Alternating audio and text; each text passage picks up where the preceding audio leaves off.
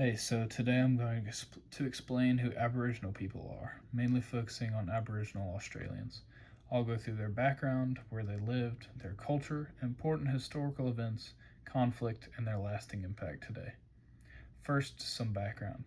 Aboriginal Australians are the original inhabitants of Australia, and they've been there for at least 65,000 years. That makes them one of the oldest continuous cultures on Earth. Before Europeans arrived, there weren't just a few groups. There are actually over 250 different language groups, each with its own customs, laws, and ways of life. So when we say Aboriginal people, we're really talking about hundreds of distinct nations, not just one group. These societies were highly developed in ways that are sometimes overlooked. They didn't have cities or written language like Europeans, but they had complex systems of law, trade, and knowledge. For example, they had detailed understanding of astronomy, seasons, animal behavior, and land management. Some groups even practiced controlled burning of land, which helped prevent massive wildfires and supported ecosystems, something that's still studied today. Now let's talk about geography. Aboriginal people lived all across Australia, which is huge and very diverse continent. You've got deserts in the center, tropical rainforests in the north, mountain ranges, and long coastlines. Different environments led to different lifestyles. For example, coastal groups relied heavily on fishing and seafood, while inland desert groups became incredibly skilled at finding water and surviving in harsh conditions. In forested areas, people hunted animals and gathered plants. Even though lifestyles varied, one thing stayed consistent: their deep connection to the land. The connection is often called country, but country doesn't just mean land like we usually think of it. It includes everything: the land, water, animals, plants, and even spiritual connections. Aboriginal people believe they don't own the land. Instead, they belong to it and are responsible for caring for it. That leads into their belief systems, especially something called the dreaming or dream time. The dreaming refers to the time when ancestral spirits created the world, shaping the land, forming rivers and mountains, and creating living things. But it's not just about the past. The dreaming is ongoing. It connects the past, present, and future. These stories explain how to live, how to behave, and how to treat others and the environment. They're passed down through storytelling, songs, dances, and art. This is how knowledge is preserved without written language. Speaking of storytelling, Aboriginal cultures have incredibly rich oral traditions. Elders pass down stories to younger generations, sometimes through ceremonies or performances. These stories can include lessons, laws, and survival knowledge. Because of this, memory and listening skills are extremely important. Now let's move on to significant historical events, especially when Europeans arrived. In 1788, the British came to Australia and established the first colony. This is when things changed dramatically for Aboriginal people.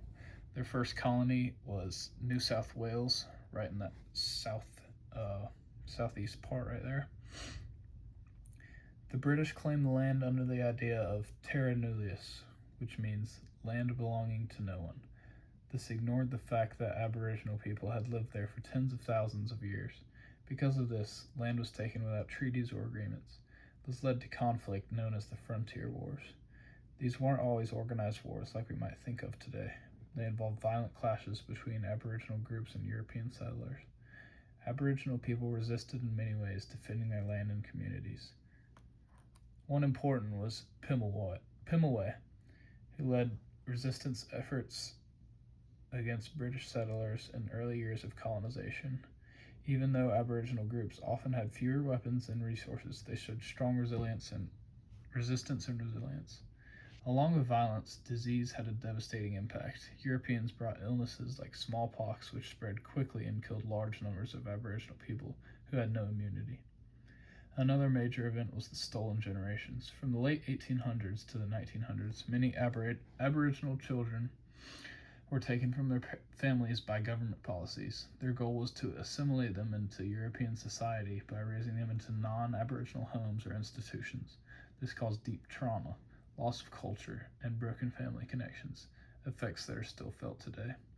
Now going back to war and conflict more generally, Aboriginal resistance wasn't just physical, it also included cultural survival. continuing traditions, language, and identity despite attempts to erase them. This form of resistance is just as important as physical fighting. Next, let's talk about the art and entertainment, which are some of the most recognized parts of Aboriginal culture today. Aboriginal art is world famous. One of the most well known styles is dot painting, which is the painting on the left, which uses patterns of dots to create images and tell stories. These artworks often represent dreaming stories, landscapes, and spiritual symbols, but it's important to understand that these aren't just decorations, they hold deep cultural meaning. Symbols in the art can represent things like waterholes, journeys, or animals. Some meanings are only understood by certain groups, so not all art is meant for everyone to fully interpret. Music is also a big part of Aboriginal culture. A traditional instrument is the didgeridoo, which is on the right. Produces a deep, vibrating sound. It is often used in ceremonies and storytelling. Dance is another key element. Ceremonial dances are used to tell stories, celebrate events, and pass on knowledge. These performances combine movement, music, and storytelling all at once. Today, Aboriginal culture is also expressed through modern forms of entertainment like film, music, and literature. Many Aboriginal artists use these platforms to share their stories and bring awareness to their history and experiences. Now let's look at the lasting impact. Colonization had long-term effects that are still seen today. Aboriginal communities often face challenges like lower life expectancy, limited access to healthcare and education, and economic inequality. However, there have been important steps toward change. In 1967 Australian referendum, Australians voted to include Aboriginal people in the national census and allow the government to create laws for them. This was a major step toward recognition and equality. Despite the challenges, Aboriginal culture remains strong. Many communities are working to preserve languages, traditions, and knowledge. There is also growing respect and recognition of their contributions to Australian society. To wrap it all up, Aboriginal Australians are the original people of Australia with a culture that goes back tens of thousands of years. They developed deep connections to the land, complex belief systems, and rich traditions in storytelling, art, and music. While colonization has brought major hardships, their resilience has allowed their culture to survive and continue influencing the modern world.